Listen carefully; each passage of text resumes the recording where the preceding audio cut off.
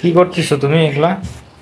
ওই যে বাজার নিয়ে আসছো না, ফ্রিজে রাখবো না, তারপরে এগুলা কাটা লাগবে। এই বাজার কতদিন যাবে? দেখি কতদিন যায়।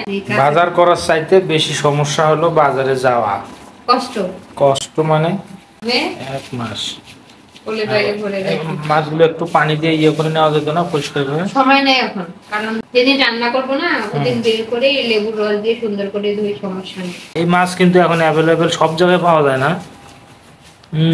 মাঝে মধ্যে একটু পাওয়া যায়। তা আমি আবার লাকি, আজকে খুব কম দামে পাইছি। এই সবগুলো মাছ কত নিতে? মাত্র 675 টাকায়। ভালোই তো, 2 কেজি মাছ 675 টাকা। তাও আবার বাংলাদেশের সবচেয়ে স্বাদের এবং মানে ইলিশের পরে এই মাছ। হ্যাঁ, ইলিশ তো একদম ফাঁকা। ও, একদম পরিষ্কার করার পরে সব আজেবাজে যা ছিল সব ফালা আমি দিয়েছে না? ভাবছি যে সব শেষ হোক তারপরে বাজার করতে পারবো তোমার। এটা ঠিক আছে, মাঝে মধ্যে ফ্রিজ না হলে পরিষ্কার করার একবারে পর। আইস রুমে ভর্তি হয়ে যায়। তোমাকে বললাম দেশি আদা আনার জন্য। আর বৃষ্টি আসছে, ওই সময় আর দেশি আর হাইব্রিড। এই যে মাছ কাটলাম, ধুইলাম, এখন এগুলা পরিষ্কার না করলে গন্ধ করবে না? ও, এমনি পানি দিলে হয় না? এমনি পানি দিলে হয়?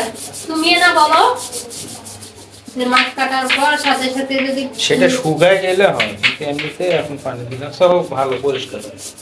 এখন এটা 14 বছর মুভ করো, তাহলে এতে হয়। দারুণ বুদ্ধি, এত বুদ্ধি কোথায় তো? কি করতেছে এগুলা মাছ? মাছ ফ্রিজে রাখা লাগবে না, কাটা তো কেবল হইলো। মানে কি এখনো পাক করো নাই? এই কটা বাজে? 2টার মতো বাজে। পাক করছি, রান্না শেষ, কমপ্লিট। খালি মাছগুলো ফ্রিজে রেখে তারপরে ফ্রেশ হয়ে তোমার খাইতে দিব। এটা কি প্রতিদিনেরটা? निकल चुके ओ भाई साहब थोड़ा सा सही कर लेता हूँ पीछे लेके तो पीछे आ रही है ফ্রিজটা খুব সুন্দর করে পরিষ্কার। তোমরা খেলতেছ?